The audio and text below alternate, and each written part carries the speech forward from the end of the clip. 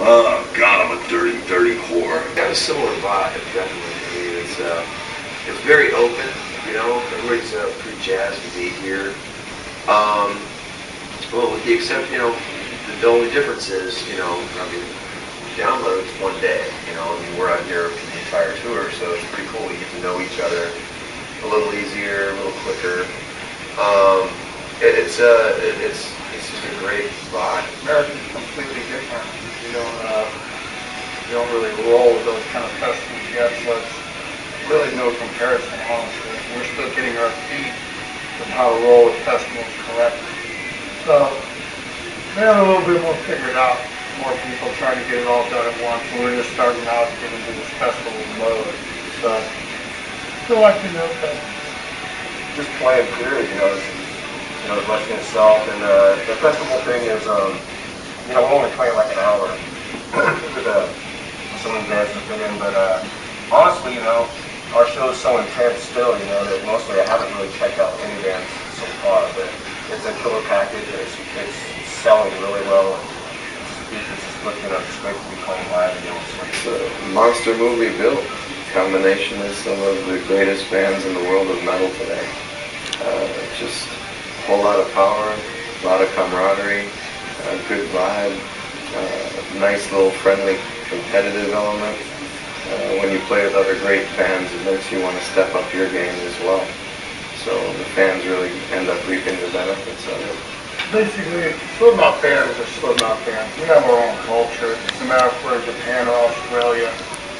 The color of skin may be different, the language may be different, the money may be different, but the love for the music and what we do is the same, and that's just really what we do. It's our community of people. Exactly. It's no different when we play a show in Poland, we play a show in Canada. Same thing, you get the same energy. That's what's kind of interesting to see. You travel the world, and you learn a lot about their cultures. There are universal constants in humanity. People at their core just are certain things, like certain things, they respond in the same way. Radically different cultures growing up in totally different, separate, parts of the world still have the same things that they feel and the same things that move them. We do whatever we want. We go to check out shows, we go to Best Buy, we go to hotels, we sleep until showtime. We do all kinds of weird stuff. Depends on the day and the city and what's there to do. But mainly we just rest, eat, and just try to prepare for what we got to play at night. Everything in Europe in general, and certainly within the UK, is just bigger as far as metal is concerned. Even as big of a festival as this is, the intensity is much more tangible and much more intense overseas. Even at some of our most intense shows here with the Denver, and then maybe a close second by San Antonio. Yeah. Those two so far this run have been the most intense crowd-wise. But as far as sheer numbers and relative intensity, they still could learn a lot from the UK side. Then what's up is Nick. Come watching stunts, what the fuck ever. Hey, what's up? This is Dan. This is David from Disturbed. We're here at the Mayhem Festival.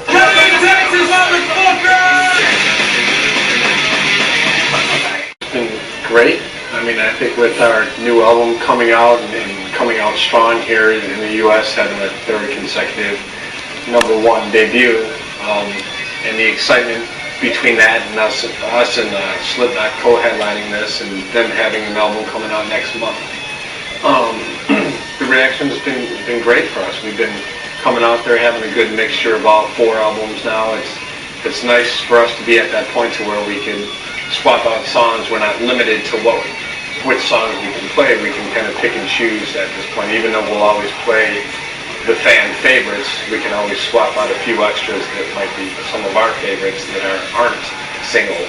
Disturbed has been killing it, like ridiculously killing it. Disturbed has been bigger. Slipknot's been killing it. Really good, man. But to be honest with you, when we're doing a headlining run, we like to approach it pretty much the same way. We're not reclusive. We always try to be inclusive. We try to support bands be a part of it. Whenever we have our after shows, which pretty much happen just about every night on tour when we're headlining, everyone's invited to partake of the festivities, and so we like that vibe. That was part of the reason why this tour was more attractive to us. There wasn't this, necessary separation between the main and side stages like there have been on certain other festivals. It's much more an everyman's tour, which we're very much all about. There have been, barbecues, much drunken debauchery, backstage. The promoter had a birthday party for him last week in Denver, and then Slipknot hosted a barbecue the other night. Your barbecue's the best. Well, he's got the spit. So I got the touch. he does. He's got the power.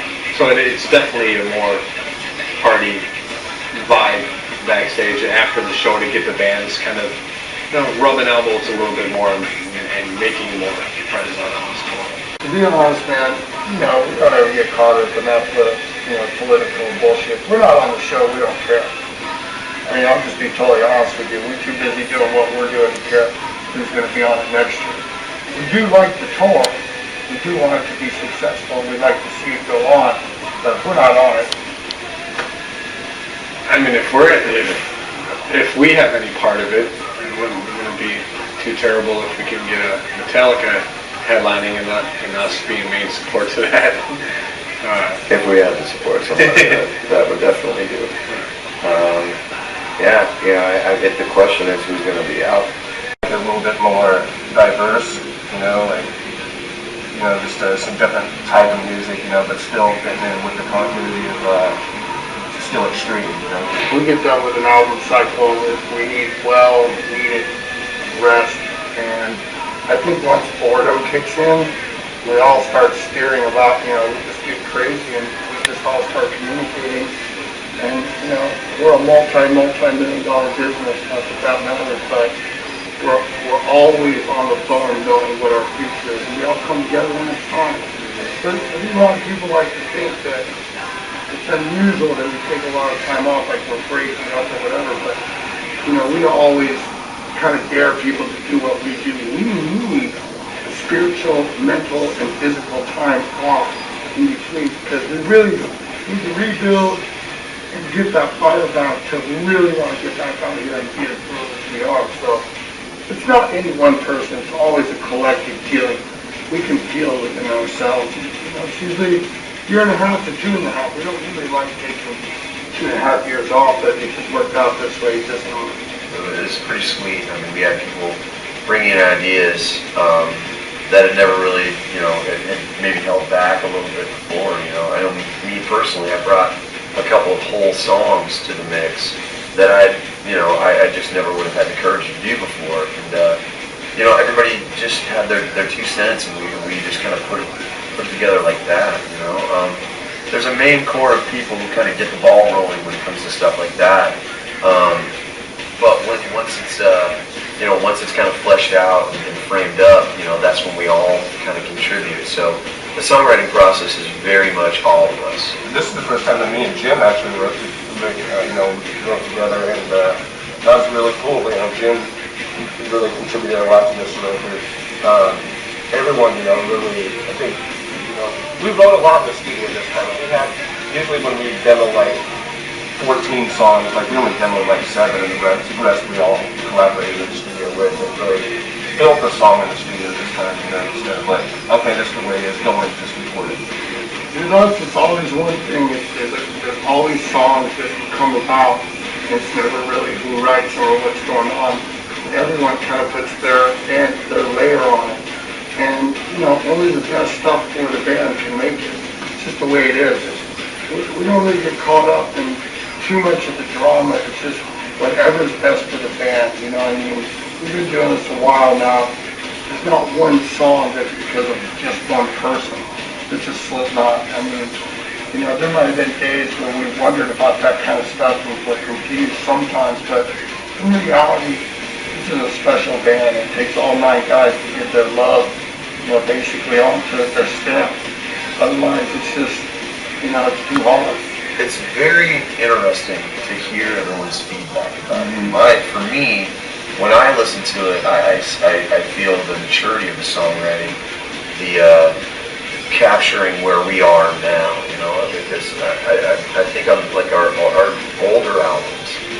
The songs were there, but they were caught up in so much chaos, you know, there was no control, and this is controlled chaos. Everything we do is chaotic, you know.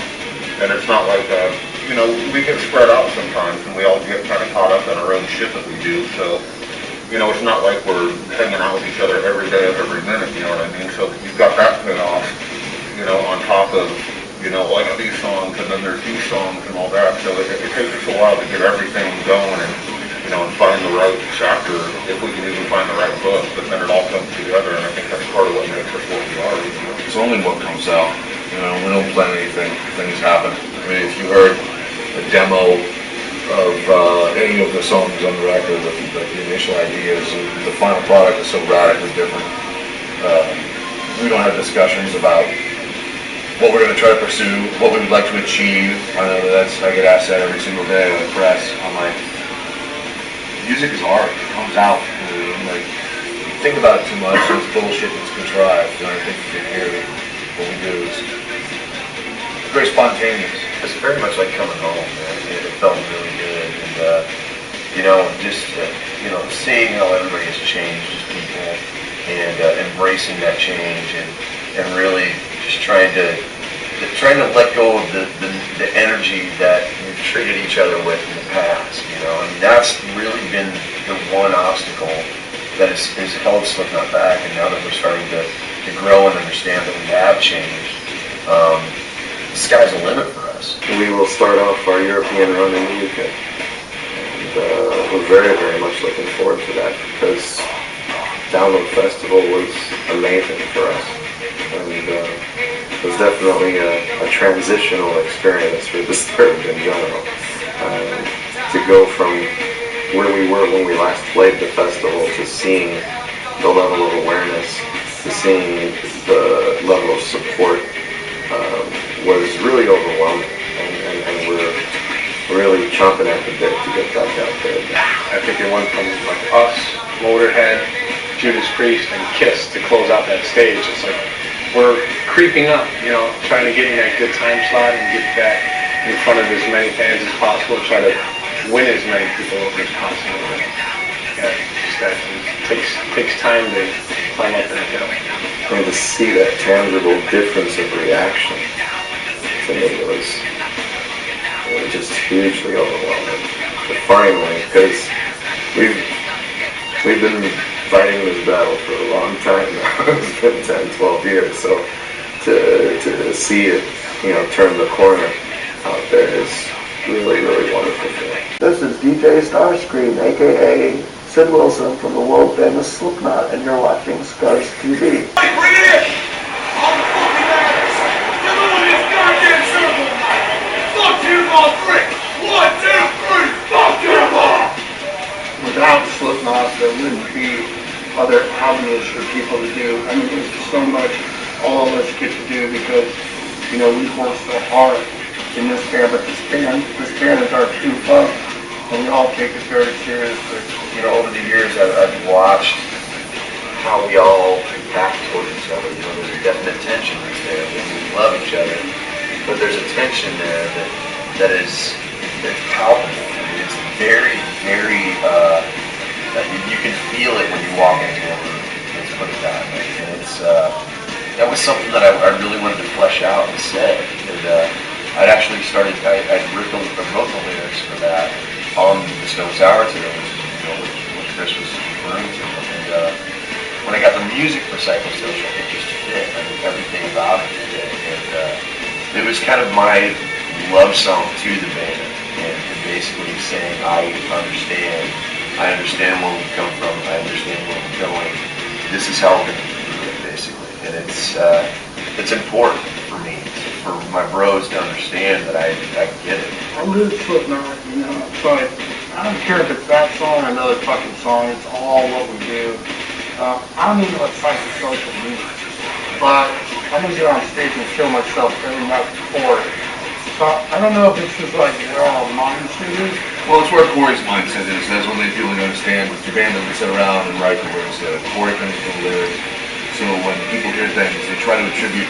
We have 9 radically different personalities in the band. We are a unit.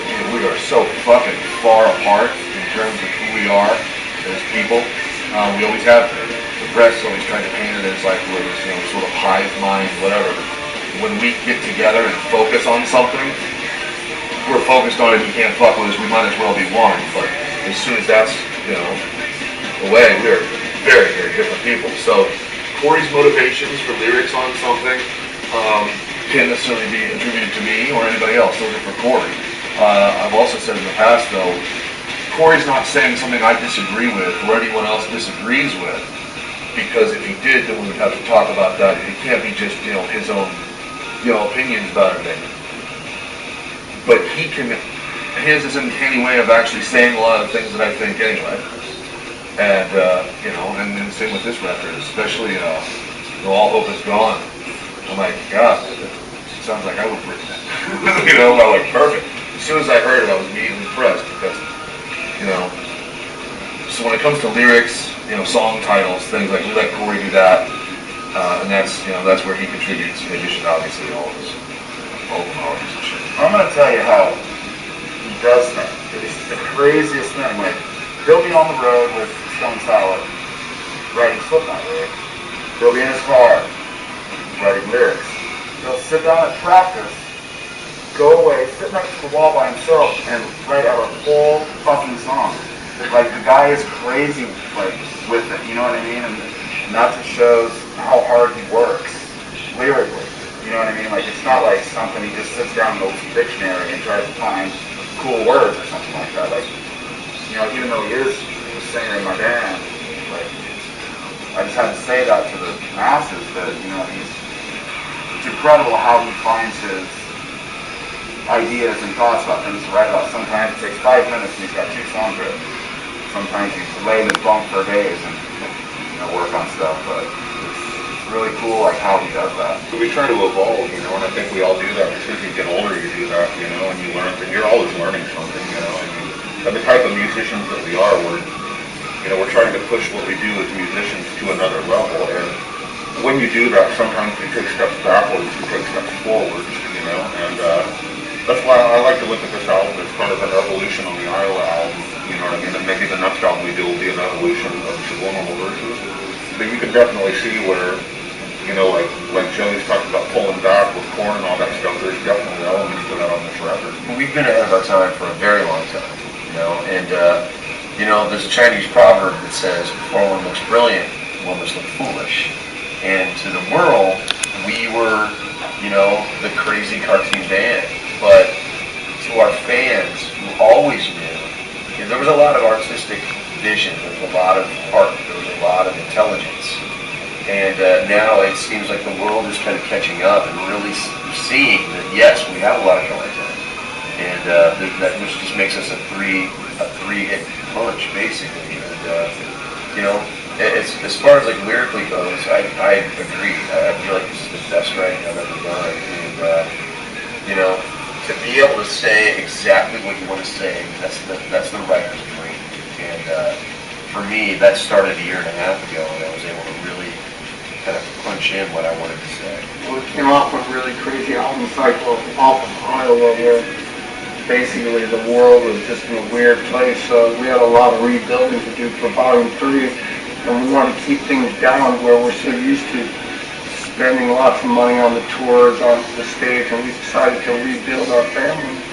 So this record was a lot easier because all the rebuilding had already been done, the sacrifice had already been done, and it felt really good. There wasn't, the only real resistance we had this record cycle was just really fighting for the songs, the parts, and all of that, just making it the best we could. But that's something we got to do anyway, for ourselves and for our fans. So this record was relatively easy. It was an honor to be able to record in Iowa finally, to prove that you can be an A+ band, a platinum band, and record in your own city. We're trying to then break that kind of mold for a long time. be able to be at home around the people that we love in the comfort zone and not still have to pay our mortgage out of town, you know what I mean? It's ridiculous. So that was really nice. In Iowa, we went heavier. Volume 3, we came out with really different avenues and different types of textures, you know, that we've never maybe experimented before. And this one is kind of like a mix of Iowa and Slipknot. It's an exciting time. Yeah. You know, when we finally get into the studio, you know, after maybe some pre-production or getting together, you know, and listening to the skeletons of the song, starting to mix things up, it's awesome because, you know, everybody's such a great musician, and, you know, now we're at the point, like Corey said before, where you know, it's easier to bring ideas in and have those be presented to everybody, and instead of just the militant way that we used to do things, you know, so, which in the future is going to make Slipknot even more exciting. Yeah. We're all in a very good spot right now. Mm-hmm. It's very open. You know, a lot of the negativity that we had, you know, when we were younger, is kind of, you know, gone away, and it's been replaced with a really solid sense of camaraderie and family. And I think we're more dangerous now than we ever have. Yeah. It's pretty sweet. Bullshit aside, they found us in like all good art, you know.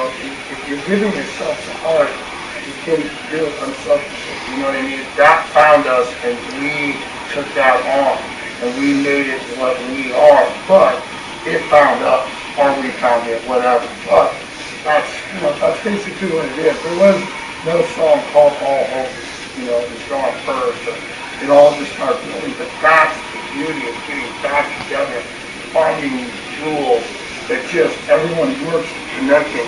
And that's a real great. Well, it was one of the last songs we wrote, and I mean, we tracked drums, guitars, bass, whatever, and then vocals came in later. So I'd already, you know, worked on it, tracked it, whatever. Corey comes in the next day and does the vocals. I pop in the next day and get a burn of the CD and listen to it on the way home. And I'm immediately driving on the highway, sending texts to my manager, going, "Dude, we have to call the record back." That's perfect. Apparently other people also did the same when they heard it. We never had like a band discussion, but it trickled in from enough different people when they heard that fucking, there you go. So that was the only discussion we had. I'm like, dude, it's gotta be called this. Everybody else did the same thing, and then like 2 weeks later I hear, you know, our record's being called All Hope Is Gone. I'm like, perfect. We didn't have to have a formal meeting. We just collectively agreed. He's right. Usually there's some fucking long list of about every fucking weird thing you could ever imagine, and you wait forever to find something that you feel. And this just fucking happened. This just happened, and it's like so perfect for us because we can just get on with it. We can get on with it. Our main mindset has always been, we don't dig it. You know, we have to be a fan of music first. I think that's where a lot of bands fail, because they worry about what the fans think. They worry about if it's going to get on radio and stuff like that. It's sad, you know. People didn't worry about that in the past, you know. I mean, true music comes from the heart. It always has. It doesn't come from a checkbook. And we just try to continue that tradition. I'm sorry, I was thinking about my wife. So was I.